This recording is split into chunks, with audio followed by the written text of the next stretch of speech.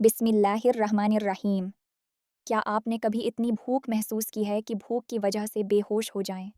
ये कोई आम आदमी नहीं, बल्कि हज़रत अबू हरीरा रज़ी अल्लाह की दास्तान है, जिन्होंने भूख की शिद्दत में भी हदीसें याद करना न छोड़ा। आज की वीडियो में सुने उनकी दर्द भरी कहानी जो आपके ईमान को ताज़ा कर देगी।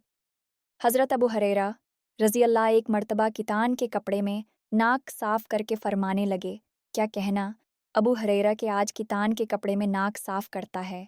हालांकि मुझे वो ज़माना भी याद है जब हुजूर के मंबर और हुजरा के दरमियान बेहोश पड़ा हुआ होता था और लोग मजनून समझकर पाँव से गर्दन दबाते थे। हालांकि जुनून नहीं था, बल्कि भूख थी।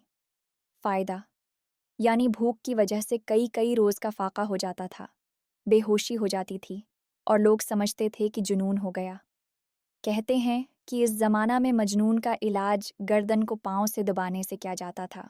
हज़रत अबू हुरैरा रज़ी अल्लाह बड़े साबर और काना लोगों में थे, कई कई वक्त फाका में गुजर जाते थे।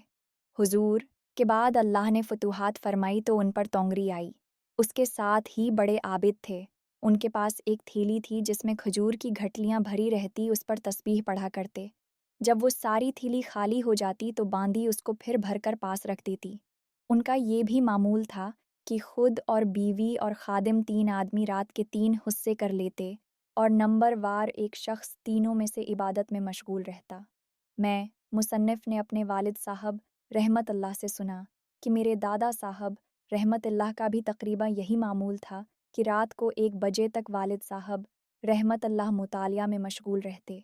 1 बजे दादा साहब रहमत अल्लाह तहज्जुद के लिए उठते तो तकाज़ा फरमाकर वालिद साहब रहमत अल्लाह को सलाह देते हैं और ख़ुद तहज्जुद में मशगूल हो जाते और सुबह से तकरीबन पौन घंटा कबल मेरे ताए साहब रहमत अल्लाह को तहज्जुद के लिए जगा देते और ख़ुद इत्तिबा सनत में आराम फरमाते।